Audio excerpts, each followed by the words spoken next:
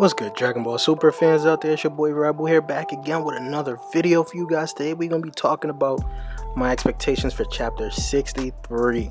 But before we get into that, let's talk about this. About 90% of you guys that watch my videos aren't even subscribed to my channel, and I have a goal of reaching 1,000 subscribers by the end of summertime. So if you guys want to help out with that, hit that red subscribe button and let's get right into it. Don't forget to hit that like button. So let's get into it.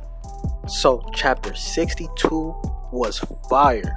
Chapter 61 was another fire chapter. We went into chapter 61, while a lot of Vegeta fans went into chapter 61 thinking that Vegeta was really going to get some respect put on his name finally. But it turned out they didn't even have no respect for Vegeta, right? Even going into chapter 62, he just got thrashed. You know, you got Vegeta fans just sitting there looking all sad, but that just wasn't as bad as Goku's, because at least Vegeta was able to put up a fight. You know, he did something very different, brought up a new technique. Goku really just got mollywopped. He got beat in chapter 62.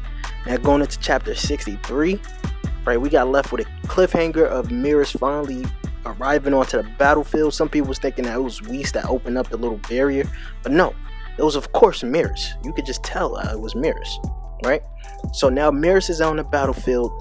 He's about to fight Moro. Moro knows that Merus isn't a galactic patrolman, right?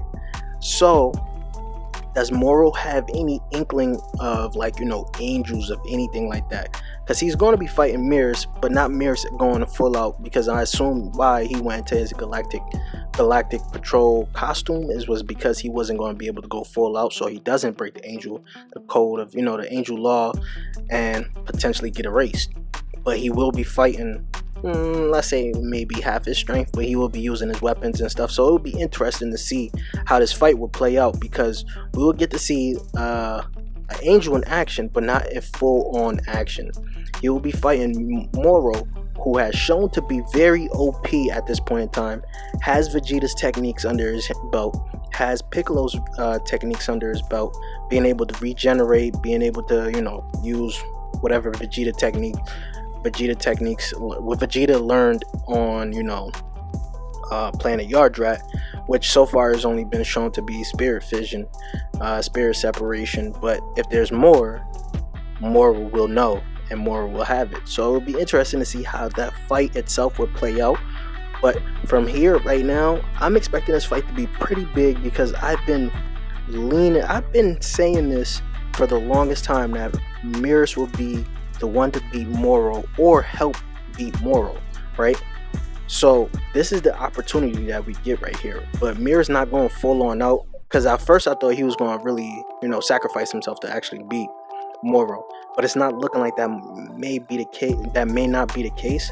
Could possibly be later on if Moro, you know, really shows that he's very OP, which is something I kind of want them to do. I kind of want them to show that Moro can actually keep up with Merus in this form, and his, like, you know, using half his power or whatever, not full on angelic powers, because if he goes full on into his angelic powers, he could get erased, right? But I want Merus to be pushed, right? If Merus is pushed, this shows how OP and strong Moro is. And I'm telling you guys, I really do think Moro is one of the best villains in all of Dragon Ball Super. I don't care about the character design. Some people hate it, but I'm talking about overall as the character. I do think he's possibly the best villain in Dragon Ball Super, right? So him actually pushing Moro to the ropes actually shows, you know, actually raises the stakes a lot more for our fighters, because now we have to figure out how is this possibly going to end, right? Which I do think the arc might end in like 3 chapters, maybe 2 to 3 chapters from here, right? Because if he pushes Merus to the ropes, and Merus is not unable to use his angelic powers, or doesn't really want to break the code of law right there, right? We can get a Merus sighting maybe put into this also. So that means we get to see all the top characters actually get to fight Moro at this point in time, right? We get to gauge Moro's strength and see where he's at in like power relative to all other villains, even including Jiren, who isn't a villain. But think about it. he fights Merus, keeps, holds off Merus in this, I don't even know what you want to call it, his galactic patrol state, where he isn't using all of his powers, right? And he's giving Merus a big fight, where to the point where Merus has to intervene, and now we get to see another fight between Merus and Moro. Some people might not like this. Because it's like taken away from our main characters, Vegeta and Goku.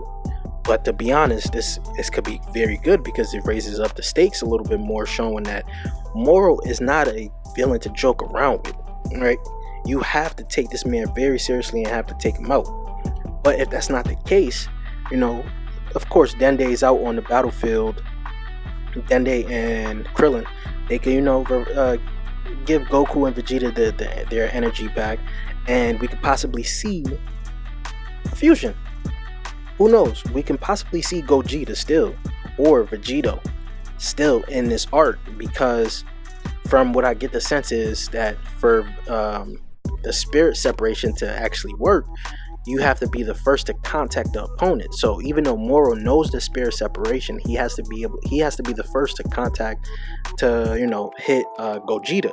But if he doesn't, and Gogeta or Vegito is the first one to hit him, they can separate 7-3 from Moro, making it beatable from there on. So that could be a potential thing. But honestly, I like the first way where they actually bring in Beerus, because now we get to see Beerus in action. We get to see Merus in action also. It's just a plethora of fighters that we get to see in action. More than these fighters are better equipped to entertain us more than I would say the Tournament of Power, because you knew who the strongest people were in the Tournament of Power, and we had to wait so long for these people to fight. But now we actually getting to see a God of Destruction in action. An angel, basically half, like he's using half of his powers, I guess. I don't know. He's not going full on out, but we get to see an angel in action, a God of Destruction in action. That's a lot. We really want to gauge these, these entities' powers for so long now, and now we can see them against an OP villain in Moro, who's to me is very unstoppable right now. I don't know how he can be beat. I already have a video in the works talking about how Moro is the most overpowered villain in all of Dragon Ball Super. We will be talking about that, because this man literally can copy a lot of techniques, any technique. I don't know if he could copy God of Destruction's techniques, even angel techniques. If he was able to do that, that would be even more OP. But let's talk about what else we could talk about in chapter 63. Chapter 63, we will be seeing Merus versus Moro, right? This fight has to be good.